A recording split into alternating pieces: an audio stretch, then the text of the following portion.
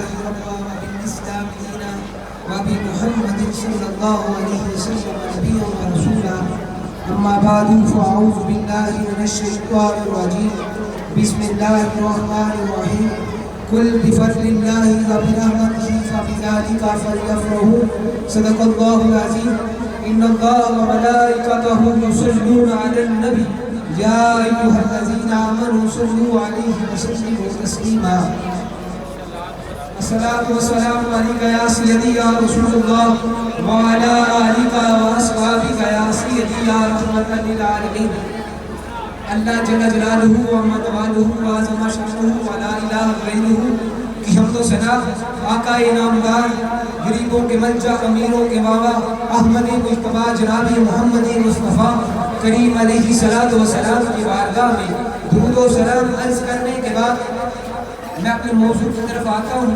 آج کچھ لوگ اعتراض کرتے ہیں کہ قرآن میں خوشی منانے سے منع ہے۔ میں کہتا ہوں قرآن سے ہی پوچھ لیتے ہیں خوشی کیسے منع ہے۔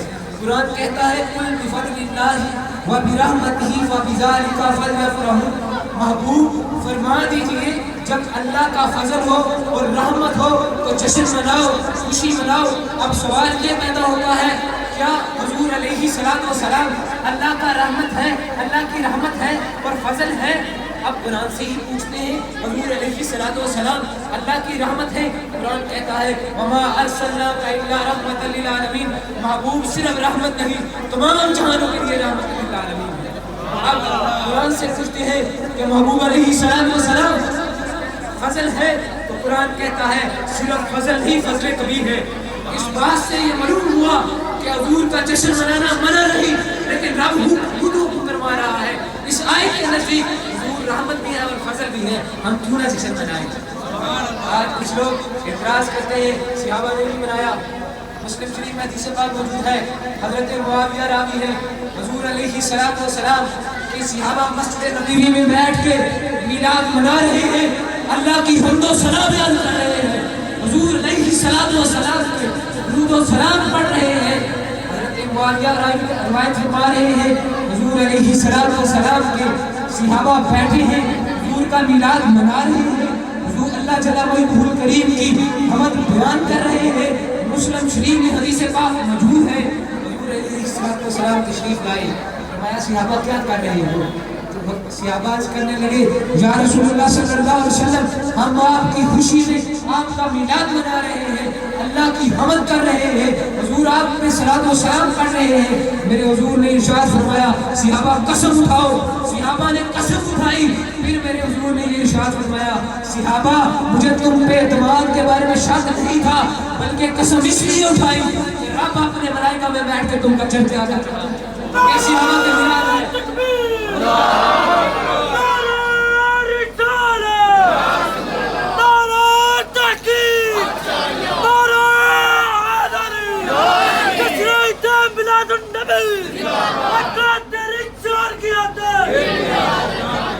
آج کچھ لوگ کہتے ہیں کہ صحابہ نے ہی منایا۔ ایک اور روایت حضرت عبداللہ بن عباس سے آپ فرماتے ہیں کہ میں اپنے گھر والوں خاندان رشتہ داروں کو بیٹھ بٹھا کے حضور کی ولادت کے تذکرے بیان کر رہا تھا، حضور کی سیرت بیان کر رہا تھا، اللہ جل وعلا کریم کی حمد بیان کر رہا تھا۔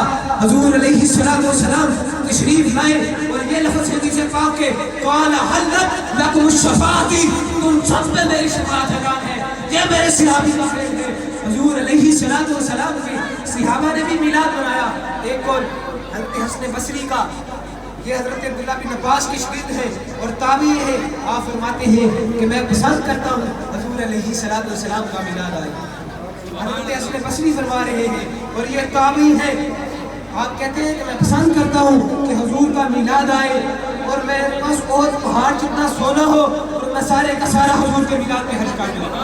یہ تابعی کا قول ہے۔ اور ایک مدارج النبوہ میں ایک بات نقل کی گئی، جب میرے حضور علیہ السلام مکہ سے مدینہ کی طرف ہجرت فرما رہے تھے تو صحابہ کچھ پہلے تشریف لے آئے مدینہ شریف اور لوگوں کو بتایا کہ حضور علیہ السلام مدینہ شریف تشریف لا رہے ہیں، یہ ہم نہیں کر رہے، یہ صحابی کر رہے ہیں، لگاؤ ان پہ بھی فتویٰ لگاؤ، فتویٰ تو پھر آگے تک جاتا ہے. آپ فرماتے ہیں کہ حضور علیہ السلام کی ولادت کی خوشی میں آپ بائک تشریف لے گئے, حضور تشریف لائے, پورا مدینہ شریف میں جلوس نکالا گیا, اور یہ کتاب ہماری نہیں, جن کو سارے مانتے ہیں کی کتاب ہے. ایک شیابی کا قول ہے, اور ایک میرا اعتراض ان پہ وہ یہ ہے کہ آج کہتے ہیں جو آج کی تاریخ بدعت کی وہ یہ کرتے ہیں دین میں کوئی نیا فعل لائے گئے تو اسے بدعت کہتے ہیں, تو چلو ہم مان لیتے ہیں کہ بدعت کی تاریخ ہے. تو امام بخاری آپ نے 16 سال لکھتے ہوئے کتاب بخاری کو لکھتے ہوئے 16 سال گزرے, لیکن آپ کا ایک فعل تھا, آپ جب بھی حدیث پاک کو لکھتے اس سے پہلے غسل فرماتے, غسل کے بعد 2 نفل پڑھتے.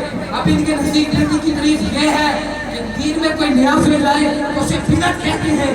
اب امام بخاری دین میں نیا فعل لا رہے ہیں, وہ کیسے؟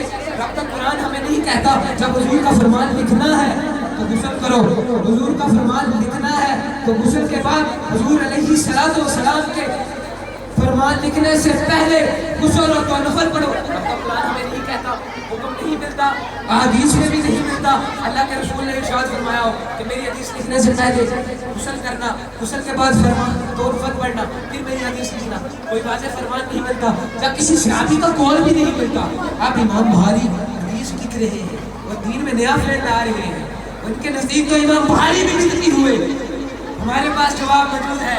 ہم اس کے لیے ایک اور حضرت فاروق اعظم کے دور میں آپ نے مسجدیں پکی کرنے سے منع فرمایا تھا, لیکن آج پکی ہے. کیا ہم حضرت فاروق اعظم کے اس قول کو نفی کر رہے ہیں؟ ہرگز نہیں کر رہے, بلکہ دنیا کے ساتھ اب تبدیلی آ چکی ہے. صحابہ نے بھی میلاد منایا, لیکن اس وقت وہ دور تب تھا تب صحابہ کے پاس کھانے کے لیے کچھ بھی نہیں تھا, وہ میلاد سریعان ایسے نہیں کر سکتے, لیکن صحابہ نے بھی میلاد منایا اپنی حج کے مطابق. آج ہم مسجدیں پکی کرتے ہیں کیونکہ لوگوں کے پاس آج شان کر ہے, بنگلے ہیں. ہم فاروق اعظم اس قول کی نفی ہرگز نہیں کرتے, بلکہ اس کے مانتے ہیں میلاد کا معنی یہ ہمارے صحابہ نے بھی بنایا, تابعین نے بھی بنایا, اور اہل سنت کے تمام علماء نے, بزرگان دین نے بھی ملایا. لیکن ایک پیغام دینا چاہوں گا, میرے مرشد گرامی فرمایا کرتے تھے میلاد مصطفیٰ مناؤ, سیرت مصطفیٰ اپناؤ. ہمارا بھی یہ ہے میلاد مصطفیٰ مناؤ, داڑھی بھی منہ پہ ہو, پھر پتہ چلے گا میلاد کا فائدہ کیا ہوا ہے. اللہ تعالیٰ سے دعا ہے ہمیں میلاد منانے کی توفیق عطا فرمائے.